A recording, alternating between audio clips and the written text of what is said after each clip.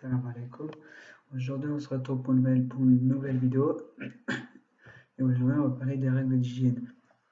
Le prophète sallallahu alayhi wa sallam nous a donné de nombreuses règles d'hygiène et il nous a ordonné de les respecter. L'hygiène occupe excusez-moi, une place importante dans l'islam. Je vais vous citer déjà quelques hadiths sur l'hygiène. Le prophète sallallahu alayhi wa sallam a dit de se brosser les dents avant chaque prière. Bon, à cette époque, on utilisait les siwaks. Et il est préférable de s'entretenir de cette tradition.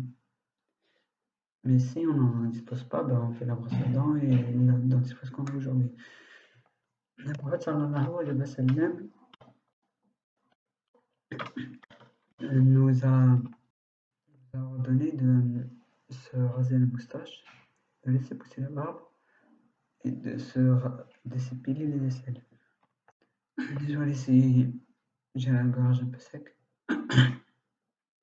je suis un peu enrhumé. Bref, il nous a dit de nous raser la barbe, de s'épiler les aisselles et de se laisser pousser non, de se raser la moustache, de se laisser pousser la barbe et de se épiler les aisselles. Désolé. Le prophète sallallahu alayhi wa sallam nous a demandé de couper les ongles régulièrement. Et certains pensent que cela doit se faire de jour et dehors. Après, ces deux dernières choses font divergence. Ce qui est sûr, c'est qu'il faut les couper régulièrement. Après l'hygiène, il y a aussi la santé qui occupe une place importante. Allah subhanahu wa ta'ala dit dans le Coran, mangez, buvez et ne commettez pas d'excès.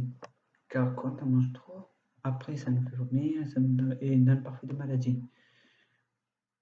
Et c'est un conseil de santé que Allah subhanahu wa ta'ala nous donne dans le Coran. Mais il y a aussi des hadiths à ce sujet. Le prophète sallallahu alayhi wa sallam nous a donné 3 remèdes: le miel, la pisse ou l'urine de chameau, et l'huile de nigel. Après, il y a des mots précis pour utiliser ces 3 remèdes.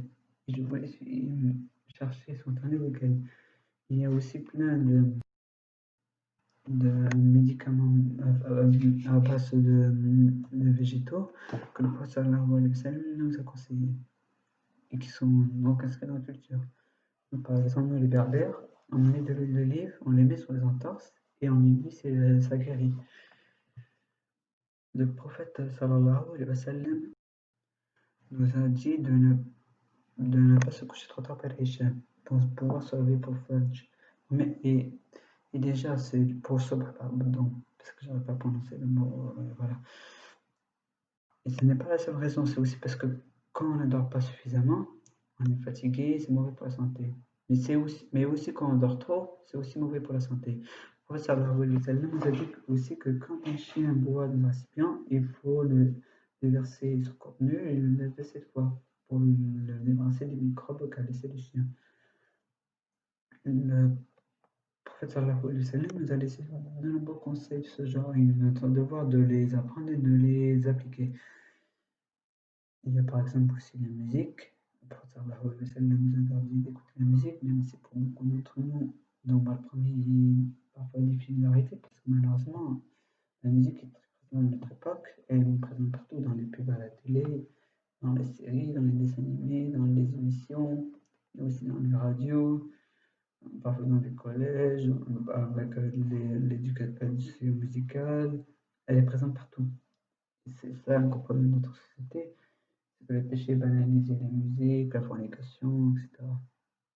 Donc, le prophète sallallahu alayhi wa sallam nous a interdit la musique parce que le rythme de la musique a des conséquences sur le battement de notre cœur. Si la musique, par exemple, si la musique est fait vite comme ceci,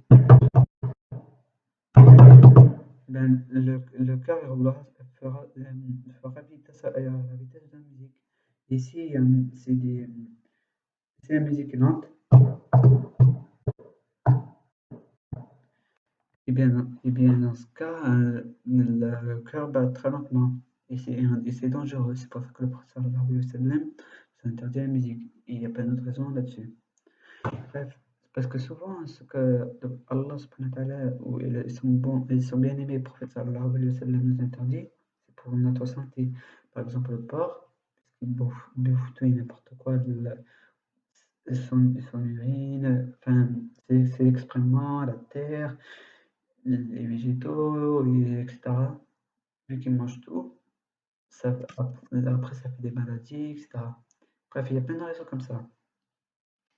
C'est pour ça que rechercher la règle d'hygiène, rechercher les interdictions, mais aussi les règles à appliquer, s'appliquer et se retenir de faire les interdictions. Et souvent que quand c'est un péché qu'on ne comprend pas la nature, c'est la raison. C'est souvent pour des raisons de santé. Il faut, et pour notre bien et pour l'amour d'Allah subhanahu wa ta'ala, il faut se préserver de ces péchés-là, car en faisant ces péchés, non seulement on nuit à notre santé, mais aussi on fait des péchés et on lui parle Allah subhanahu wa ta'ala, mais encore plus à nous-mêmes, et Allah subhanahu wa ta'ala nous châtiera si on récidive. Salam alaikum wa rahmatullahi wa barakatuh. Désolé si j'ai un peu bégayé parce que j'étais un peu fatigué ce soir. Salam alaikum wa rahmatullahi.